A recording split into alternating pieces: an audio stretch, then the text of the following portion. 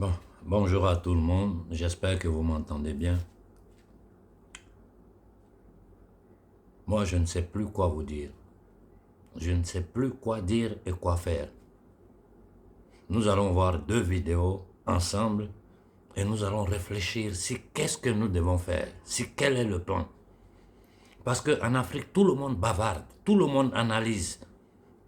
Il y a des gens qui sont devenus experts en analyse géopolitique. Ils passent leur temps sur la toile à bavarder du matin au soir. Mais quand on dit qu'est-ce qu'il faut faire pour sortir un peuple qui est dans ces conditions depuis des siècles, tout le monde rentre dans le silence. Regardons d'abord, partons du Congo, ce qui s'est passé il y a quelques jours, qui est une quotidienneté au Congo, et ce qui a repris encore de nouveau au Cameroun. Regardons ça ensemble.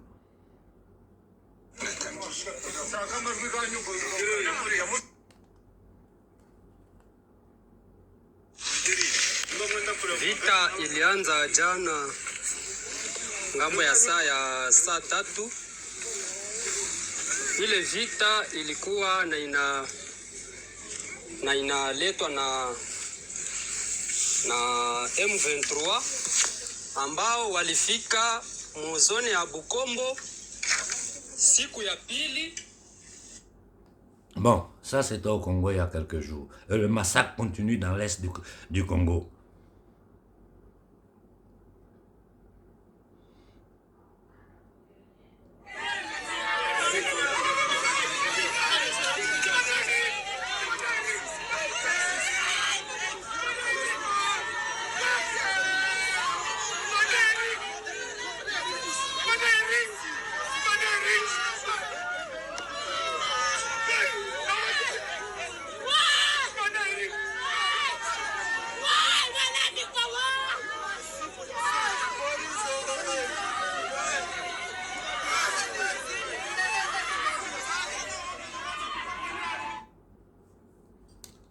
Ça, c'est au Cameroun. En temps réel, ça s'est passé hier. Pourquoi? Une guerre anglophone-francophone. Mais moi, je me demande, ça, c'est quelle malédiction que ce peuple a? Ça, c'est une malédiction. Des Africains, un peuple qui est tenu en esclavage par ces criminels, ces satanistes, ces entités démoniaques, qu'on appelle communément aujourd'hui globalistes, qui ne sont rien d'autre que des assassins, des criminels, des gens qui ont déporté nos ancêtres, qui ont commis tout genre de crimes sur notre territoire et qui continuent à nous piller du matin au soir. Tout ce que nous faisons va dans leur poche. Et il y a des Africains, je dis bien des Africains, pour leur soif de pouvoir, des psychopathes, des malades mentaux qui permettent, qui s'entretuent entre eux. Biya, quel est ton rôle? Tu sers à quoi aux Camerounais? Seulement, il y a quelques jours de cela, en discutant avec le frère Pierre Ndom, je lui ai dit, je regarde le vieux Biya là.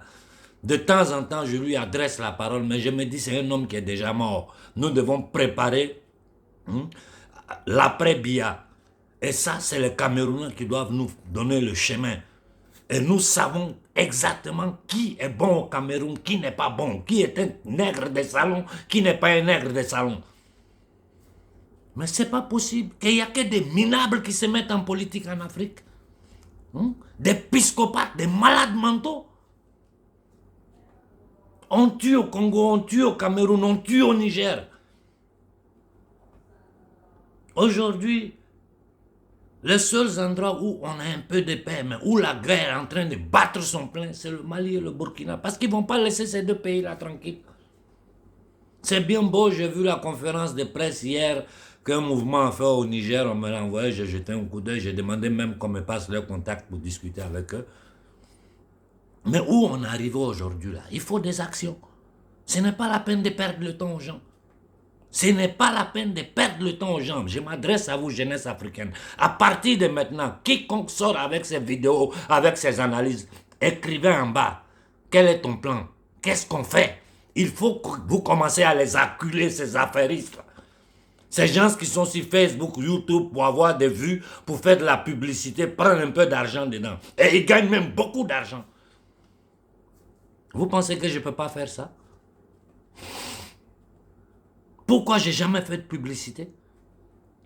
Pourquoi j'ai jamais demandé aide à quelqu'un? Vous pensez que je suis riche?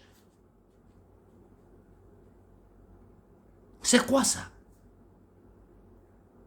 Avant qu'ils ne fassent du Niger une base militaire, la base stratégique des États-Unis en Afrique, je suis sorti, combien de vidéos j'ai fait là-dessus?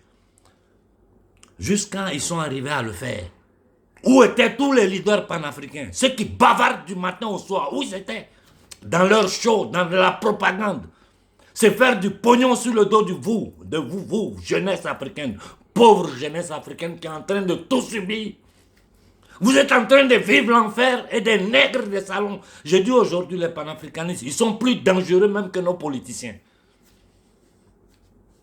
Où est la différence entre le monde panafricain, ces soi-disant leaders panafricains, et ces entités démoniaques que nous appelons présidents? Ils sont tous dans leur jeu.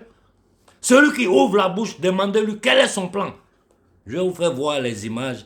Quand je vous dis qu'ils sont en train de fouiller dans le sous-sol du Sahara, qu'ils sont en train de piller nos ressources, sans même que les gens se rendent compte. Une complicité de la France et des États-Unis. Ils sont en train de préparer. Il y a un chantier où, pour transporter le pétrole nigérien du Niger jusqu'au Bénin. Et le batracien qui est assis sur le Bénin est complice de ça. Ce sataniste de talons, il est complice de ça. Ils sont tous complices. Ces maudites familles Eyadema, ces maudites familles Bongo. Vous voyez?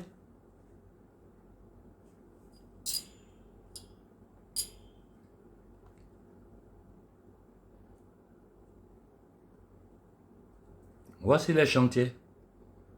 Ça, c'est le pétrole du Niger qui s'en va.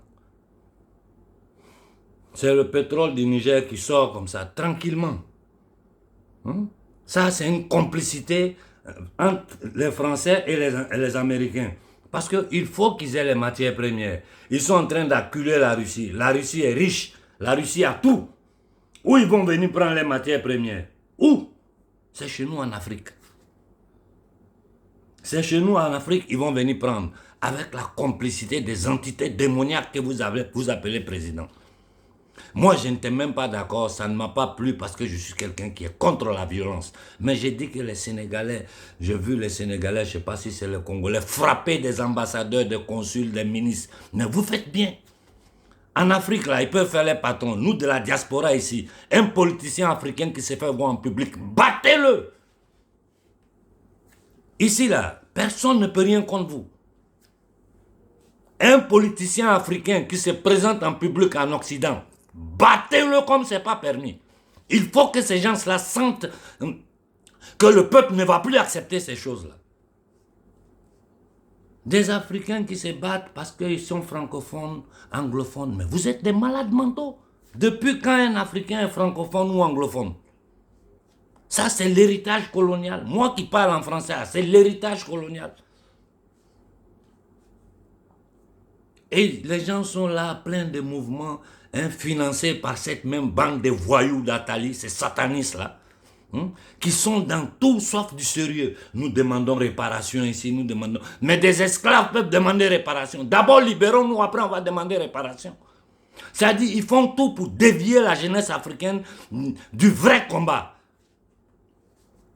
Ça fait combien d'années, ces derniers mois, combien, à chaque fois que j'ouvre la bouche, je dis il faut lancer une manifestation à échelle continentale. Ils sont tous dans le silence.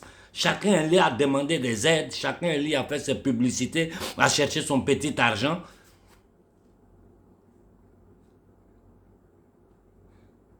Ici, je lance un appel clair. Jeunesse africaine, levez-vous pour votre futur. Levez-vous. Ne comptez pas sur tout ce monde-là. Ne comptez pas sur eux. Les gens sont dans leurs affaires. Hier, c'était le Congo. Et au Congo, c'est un truc continu. C'est tous les jours, ça tue là-bas. Ça repris encore au Cameroun. Cette histoire-là, des guerres. Mais ça, c'est de la folie. C'est de la pure folie. Regardez les bases militaires françaises placées partout. Mais leur patron, là, c'est les États-Unis d'Amérique. J'ai dit, c'est un État qui a été créé, c'est un génocide et la déportation de millions de nos ancêtres.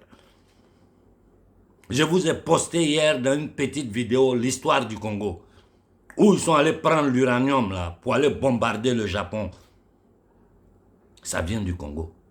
Quand les forces de l'ONU ont décidé de venir au Congo, là, Patrice Lumumba pensait que ça allait calmer les trucs et mettre de l'ordre pour qu'ils puissent... Non, ils sont venus pour aider les gens à tuer Patrice Lumumba. Aujourd'hui, nous savons la vérité. Nous savons toute la vérité aujourd'hui. Tshisekedi sert à quoi? Ce minable qui passe son temps à boire du champagne, ils font des fêtes, ils distribuent l'argent, pendant que dans le Congo, les populations sont dans le désarroi total. Vous comptez sur les Nations Unies, qui ont un instrument à leurs mains? Leur objectif, c'est simple, c'est diviser le Congo. Et pour ça, ils sont prêts à tout. Et aujourd'hui, ils veulent même diviser le Cameroun. Parce que toute cette histoire-là, c'est pour diviser le Cameroun. C'est-à-dire ce qu'ils ont fait en 1884 à la conférence de Berlin. En ce moment-là, ils pouvaient faire tout ce qu'ils voulaient parce que les informations ne circulaient pas. Les Africains ne comprenaient rien. C'est la même chose qu'ils sont en train de refaire en ce moment. Ils sont en train de tenter de diviser le Cameroun, diviser le Congo, balkaniser le Sahara. La division du Mali, vous pensez qu'ils ont arrêté? Aujourd'hui encore, Kidal est sous le contrôle de ces malfrats terroristes qu'ils appellent Azawad.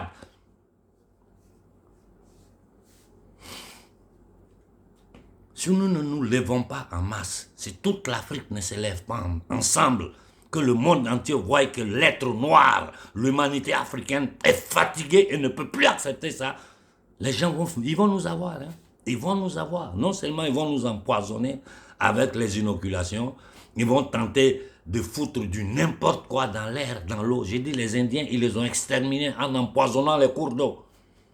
Et ces satanistes-là, ils n'auront... Mais des gens tout ce qu'ils nous ont fait, ça ne nous suffit pas. Ça ne nous suffit pas pour comprendre qu'il est temps que nous nous levons. Je m'arrête là ce matin, je ne veux pas trop bavarder. Ce n'est plus le temps des bavardages. Je dis à la jeunesse du Niger, levez-vous et demandez le départ de l'armée française, de l'armée américaine de votre terre, de toutes les armées de l'ONU. J'ai dit aux Congolais, il faut que la MONUSCO quitte le Congo. Et il faut dégager Tshisekedi du pouvoir, par tous les moyens. Par tous les moyens. C'est quoi ça? On n'a même pas besoin d'armes. La chose est tellement facile. Il faut seulement que l'Afrique s'élève. Mais les gens sont là, chacun bavarde, chacun dans son show, ça fait les intellectuels, les soi-disant intellectuels. Ils sont plus dangereux même que les Occidentaux. Parce que c'est eux qui tiennent la jeunesse dans l'abstrait. Ils font des analyses, les jeunes disent « Ah ouais, c'est vrai, il a raison ». Tout le monde dit c'est vrai. Tout le monde aujourd'hui peut analyser la situation africaine de façon simple parce que c'est là, c'est sous nos yeux, sous le soleil. Qu'est-ce qu'on fait? Qu'est-ce qu'on fait? Personne n'ose dire quelque chose si ce n'est pas bavardé, si ce n'est pas fait de petites manifestations dans les enclos coloniaux, si ce n'est pas resté la fête de la propagande. C'est ce que nous avons fait dans le passé et notre peuple est resté dans ces conditions-là. Et c'est la même chose que nous sommes en train de répéter. Quiconque ouvrira, j'ai dit à vous, jeunesse africaine, c'est pour vous que nous menons ce combat-là. Quiconque ouvrira la bouche dans les prochaines heures pour analyser, écrivez en bas, qu'est-ce qu'on fait? Ce que Konaré a dit, qu'est-ce que vous en pensez? Si vous n'êtes pas d'accord avec lui, donnez-nous votre plan. Il faut que vous mettez en bas de toutes les vidéos. Et je vous dis, jeunesse africaine, c'est votre futur qui est en jeu. Les jeunes panafricains sérieux, il faut que vous vous organisez sur le continent. Nous serons votre voix dans le monde. Si moi je publie quelque chose, ça prend toute l'Europe. Si en temps réel, ces entités démoniaques que vous appelez présidents, ministres ou généraux tentent de vous tuer, les téléphones sont là aujourd'hui. Il faut les filmer et les faire partir en temps réel. Si ça m'arrive à moi, là, ça fait le tour du monde. Ça suffit comme ça. Ça suffit.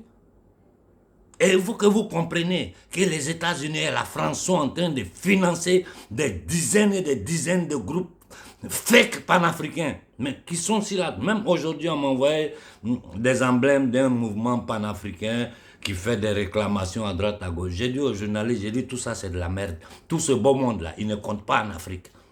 Ce jeu des 3 quarts qu'ils ont toujours pu faire aux Africains en créant des mouvements pour piloter la jeunesse africaine. Ils ne peuvent plus rien. Parce que quoi que ce soit, la jeunesse va m'appeler pour dire, bon, hein, qu'est-ce qui se passe? Ce que je dis là, c'est ça, ils croient.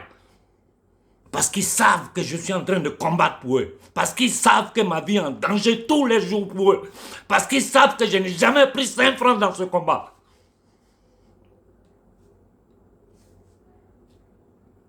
Bon Dieu.